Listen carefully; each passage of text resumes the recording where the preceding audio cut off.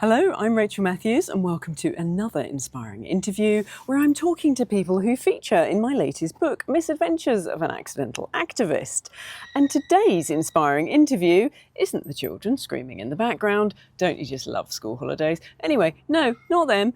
It's Mr. Damian Jones, who those of you who are Council Watch viewers may remember he tried to help us tackle Baber District Council when they were imposing parking charges on local residents in Sudbury, Hadley and Lavenham.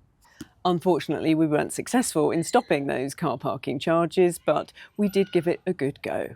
Now, in my interview with Clive de Carle, he mentioned he had died briefly as a teenager. I died slightly, you might say, and suddenly I found myself floating on the ceiling, looking down at my body. Well, Damian did a really good job of dying. He managed it for a few minutes. So we're going to be discussing that in today's interview. And I knew I couldn't hold on any longer, and I'm staring my son in the face, and he seemed to go blue and blood come out of my mouth. I then saw just colour, beautiful flash of colour. And at the end of the video, Damian will be giving some tips on how you can take yourself and your business out of the clutches of the government. Now, if you're a paid subscriber on Substack, scroll to the bottom of this page and you'll see the full version. And for those of you that like access to the full video who aren't on Substack, well, you can purchase that from my website, along with all of the other inspiring interviews.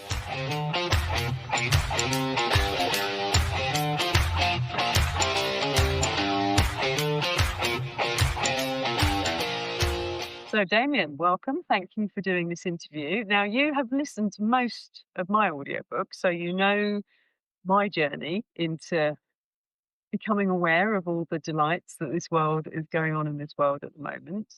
So I'm hoping that you can tell me about your journey. Now, yours was particularly unusual. It was a two-parter, and your first part, I've actually got a tissue ready because every time you've discussed this with me, it's made me quite tearful because it's quite an emotional journey. So if you would, could you take us back to, was it 2017, that fateful day? Yes, yes. And one fateful day, I was on a building site as a sort of foreman ganger, and I was in the digger, and we had a runaway dumper, and my son, who was 18 at the time, and a lovely Irish fella, Danny. They were in the trench. I called to them. I bibbed. They didn't see. I got out. My son got out the way. I managed to push Danny out the way, and I got flattened between the dumper. I actually grabbed the front of it, ran backwards, and it slammed me into two pallets of blocks, 2 ton of blocks that my body moved a foot.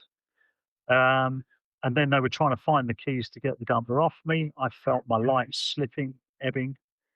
Um, and this is the surreal part, because when I knew I couldn't hold on any longer, and I'm staring my son in the face, and he seemed to go blue and blood come out of my mouth, I then saw just colour, beautiful flash of colour.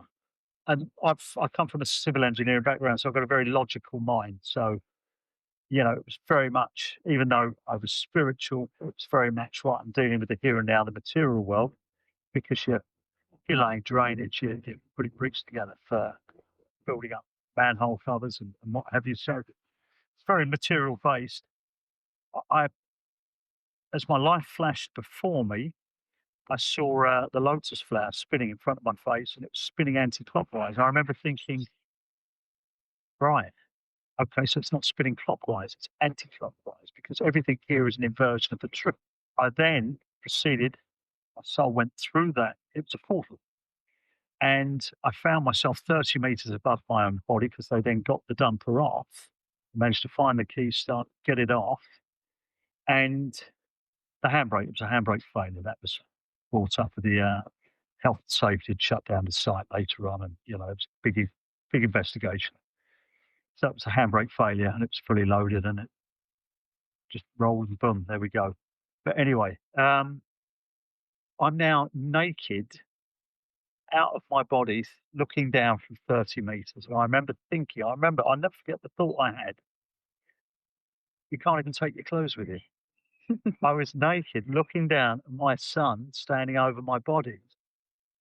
right? And I was naked, having gone through this portal. So that was me obviously exiting my body, my soul.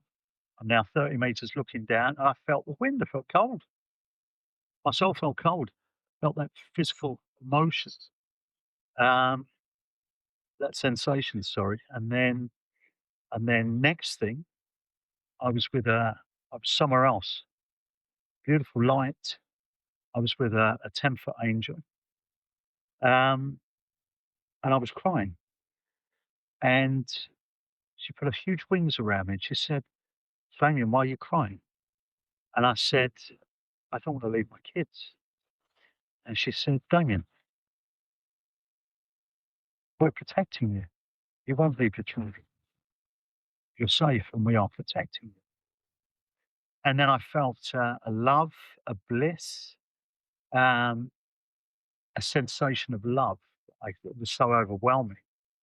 Peace. Um, and there was no time there. Time is a boring construct here. So there I was, faced with the loving, beautiful voice of the female angel with the wings around me, turned out to be my guardian angel. And then I was shown things to come. I was shown Lucifer in the AI. I was shown specifically the devil in a computer program, which again didn't make any sense at the time. But then on further investigation, Lu is light, light is information, and cipher is computer code. So it makes perfect sense. Lucifer, Lucifer, cipher. Um, so I was shown the danger with AI. I was shown the devil in the AI. I was shown what was to come with COVID and what have you. And it felt like I was away for an eternity. And then the last face I saw, while I was being pushed back in my body, was Archangel Michael, who I have a strong connection with now. His loving face as he pushed me back into my body. And I'd been dead on the floor for 2 minutes. Where I'd gone, I was there for an eternity. Literally, it felt like an eternity, many lifetimes. And I tried to get up. I was like, "Wow." And I went, "Oh, shit. What the?"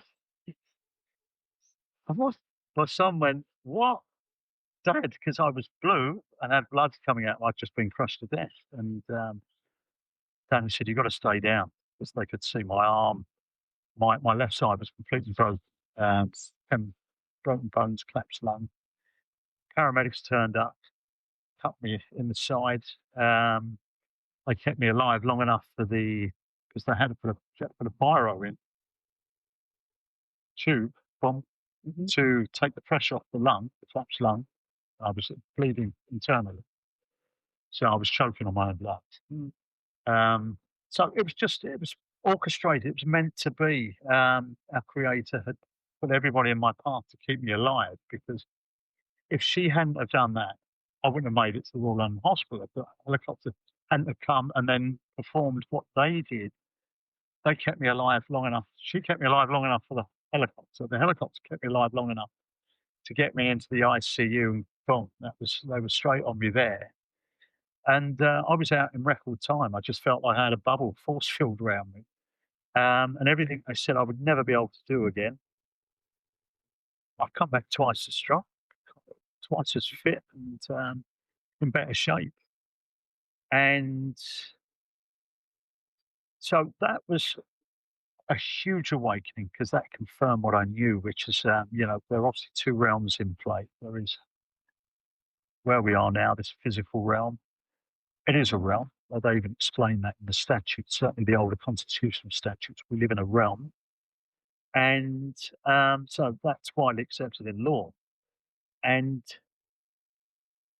there's the spiritual side, where, and what we're seeing playing out now, I think it's at least where it says, "But we wrestle not with flesh and blood, but the principalities of darkness, wickedness in high places." So it's explaining, and certainly at this time, we are in a battle of good and evil, of dark satanic forces. And nobody could argue that fact with what we're seeing now, with the gender ideology, with the mutilation of children, um, it's all an inversion of nature. Now, nature is a creation of God, so they have to invert everything that's good and natural. And Was this the kind of information you were given when you had that experience? that's a knowing, that a deep-seated knowing I've had since. Can you describe, because you said you were naked, but once you crossed over and the angel had enveloped you, then what was it like? What were you looking at? It's feeling more than It was visual. a feeling, right? It's feeling more than visual. So as much as And did they say why they were sending you back? Why not take you there and then? no, that's the knowing I've had since. It's like my soul being pushed back by Michael. But why do you think you needed that experience? Because I think everything happens for a reason. Well, because What change did that make in you that you wouldn't have got had you not it changed. had a little bit of an argument with the top? I was so far away from my spiritual path. That was a huge reset, and that was putting me back into doing what we do now, what we all do now. We're all on our. You can think about the path that you've been on with the council. What it feels right, doesn't it? What you and Karina and the gang are doing feels right.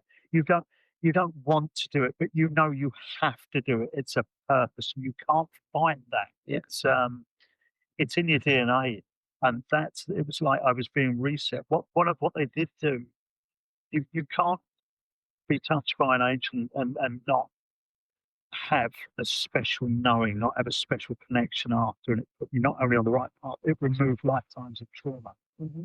It removed any karmic cycles, and it's given me a deep-seated knowing of just intuition and instinct, and just being in the right place at the right time and doing things in the right way, and being shown things. Say, with the law, things for example, finding some information that might take people might be looking for a week through certain books and find it. I'll drop the book, and it's on the section that I need right there, and I'll find what I need. I'll ask, and I'll find within 5 minutes exactly what I need. If it's for me to solve that problem, does that make sense? Yes, you get that divine guide. But then I give thanks, so it's a knowing and an understanding. So that was the first part of my awakening, and then and listening to your audio book, which has been fantastic, by the way. It's been great company in my car. Good.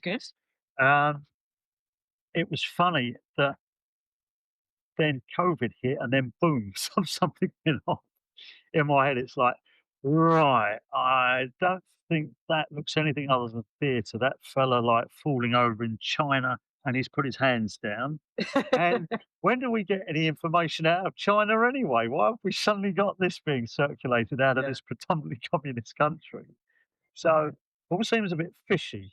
What's a bit? So my alarm bells were ringing, my spider senses, or my bullshit meter, whichever you'd like to say. It was going up 10 to the dozen. So I realised, it didn't take me long to realise that we had more to fear from government overreach than we did an imaginary particle that had been modelled on a computer somewhere for our benefit or for our fear.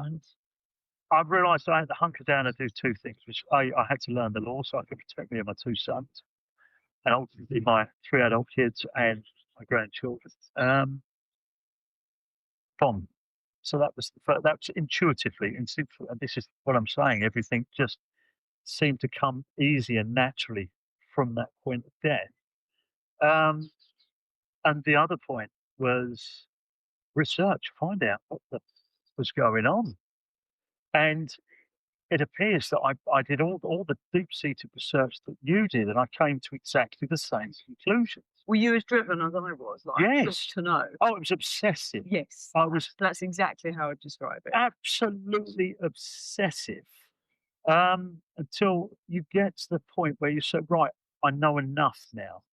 I don't need to delve into the dark crevices of adrenochrome or what they're doing. I pulled back after that. It's too much, and it's untenable for your own sanity. But the other issue, you're then dealing with the fact that unless you've got people like-minded around you you then start questioning your own sanity. Yeah, absolutely. Because what I was seeing and able to articulate, the people around me weren't, other than my mother, who then, she then helped my research further by sending me Janet Ozengard, The Fall of the Cabal series, which I don't know if you've seen. Not have heard about it. It's but I've incredible. watched it. I mean, talk about, and it's so well researched. It took a lot of, it answered the rest. Mm.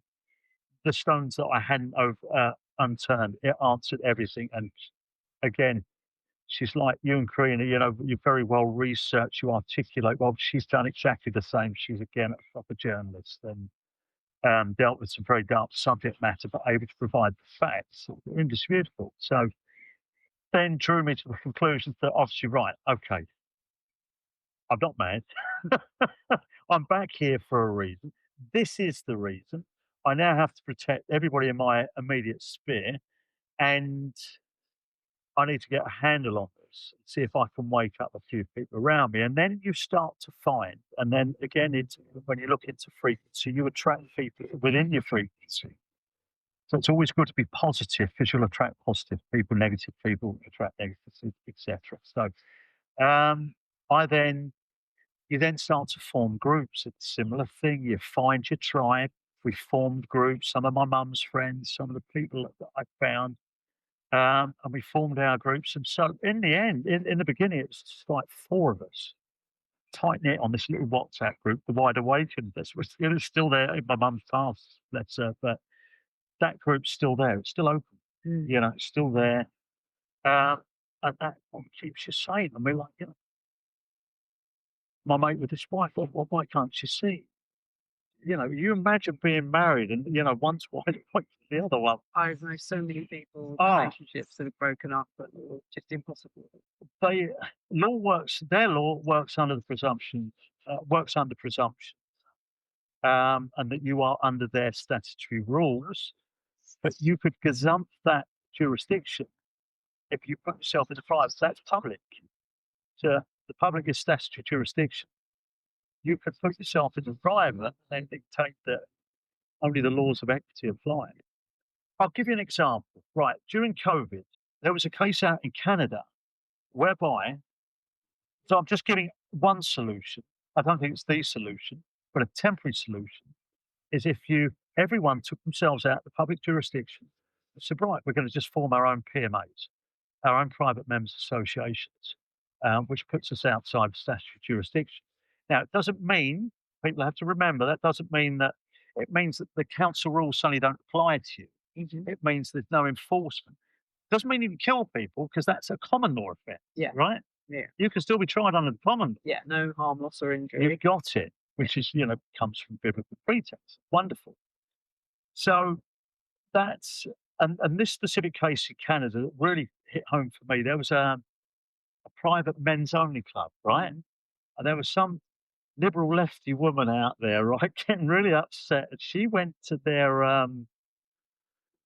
version, Secretary of State, or you know, the highest legal Attorney General. Yeah. So, you know, went to the Attorney General and said, you know, oh, I want to put a claim. This is wrong. I'm bringing it to your attention. You know, during COVID, everywhere else is shut, and they were open, and they're discriminating against women. So he wrote back and said, yeah, they're outside of our jurisdiction. They're private. They're a private men's association. It's a private men's club. We can't touch it. Brilliant. We're statutory. Wow. Boom. Right. I've got to look into that. So there's lots we can do. Yeah. So I would say the other thing, this is what I explain my local barbers. They, you know, during the COVID thing, I said, you can stay open. I said, we've only got to put a sign that you're a private members association. You lock the door, put the sign up, we notify the council, and you just, when people come for a haircut, come in, you lock the door behind them, they give you a donation. That's it. You make a log of donation. Yeah. And nobody will bother you. But again, people are fearful. That's the problem. I wouldn't have a problem doing it. No, me neither. But you're not ignorant of the law. you have an understanding. You have a good understanding. You've been around Lance and Brian. You've been around myself. You have an understanding of our protections. You know, you've been around a lot of law people, I know, you know. So the knowledge takes away the fear, doesn't it? Yeah. That's the point. Yeah, when you know you're right, it makes a big difference. And you can back it up with, look, it's written here, it said so. Yeah. Doesn't mean to say I trust the system, but at least I know I'm right. There you go. It takes the fear away. It does. But So what? that would be a temporary fix in answer to that. Yeah. Right. I know we're going to get the other side of this. Now, if you want to look at the Avaric, the Indian system, they say we've come out of Kali Yuga, 28,000 year cycle. I believe that. I totally believe, because I felt the shift mid-March, and they reckon it was around mid-March. Okay. I did feel the shift, the energy shift.